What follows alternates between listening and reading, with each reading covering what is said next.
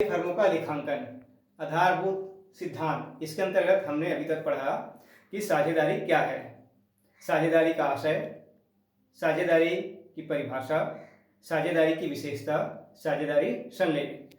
अब इसके बाद हम आज अध्ययन करेंगे कि साझेदारी संलेख यदि किसी फर्म में कोई साझेदार जो है साझेदारी संलेख का निर्माण नहीं किया है तो ऐसी परिस्थितियों में क्या किया जाए।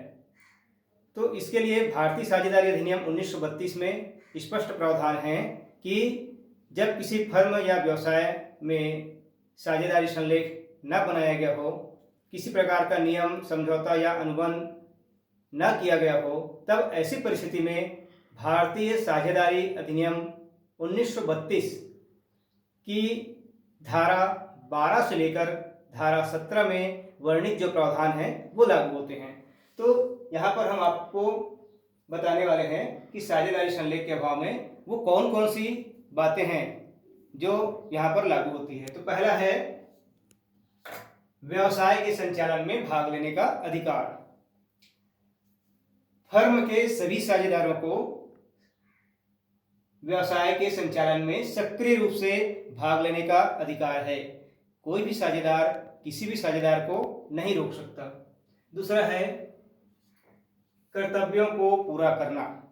प्रत्येक साझेदार को जो भी उनका कर्तव्य है उनको पूरा करना होगा और भारतीय साझेदारी अधिनियम 1932 में इसका स्पष्ट उल्लेख है कि प्रत्येक साझेदार को अपने कर्तव्यों को पूरा करना होगा।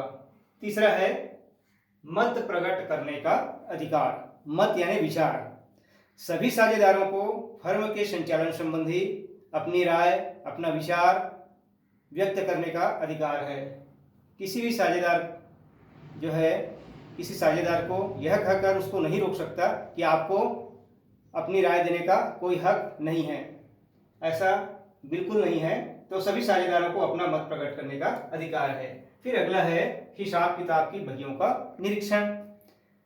फर्म में जितने भी खाते रखे गए हैं, जितने भी बहियां हैं, उनको देखने का, निरीक्षण करने का अधिकार सभी साझेदारों को है। फिर है बिना पारिश्रमिक के कार्य। किसी भी साझेदार को व्यवसाय के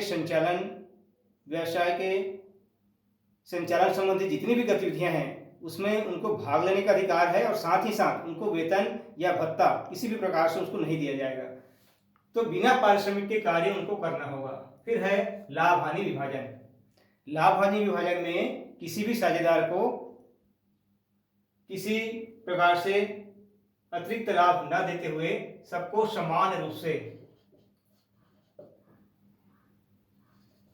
समान अनुपात में लाभ हानि को बांटना होगा। फिर है पूंजी पर ब्याज। पूंजी पर ब्याज के अंतर्गत किसी भी साझेदार को पूंजी पर ब्याज नहीं दिया जाएगा। यहाँ पर भले ही वो कितना भी पूंजी क्यों न लगाए हों, परंतु उनको ब्याज देने का प्रावधान इस अधिनियम में नहीं है। हम पढ़ रहे हैं साझेदारी संलेख के अभाव में लागू होने वाले नियम और इसके अंतर्गत अतिरिक्त पूंजी पर ब्याज। यदि कोई साझेदार किसी प्रकार से अतिरिक्त पूंजी लगाए हैं तो उनको अतिरिक्त पूंजी पर 6% वार्षिक की दर से ब्याज दिया जाएगा। 6% वार्षिक ब्याज। फिर है फर्म की संपत्ति का उपयोग।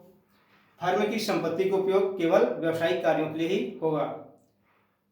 साझेदार जो है किसी भी प्रकार से फर्म की संपत्ति का उपयोग निजी तौर पर नहीं करेगा। फिर है अधिकार हस्तांतरण पर प्रतिबंध। साझेदारों को अपना अधिकार अपने किसी पारिवारिक सदस्य को, किसी परिचित को अधिकार का हस्तांतरण करने का उन्हें ऐसा बिल्कुल भी नहीं है। इसमें प्रतिबंध है कि अपने चिर परिचित या पारिवारिक सदस्य को अपना जो अधिकार उनको प्राप्त है वो उसको हस्तांतरित नहीं कर सकते। फिर है बहुमत से निर्णय।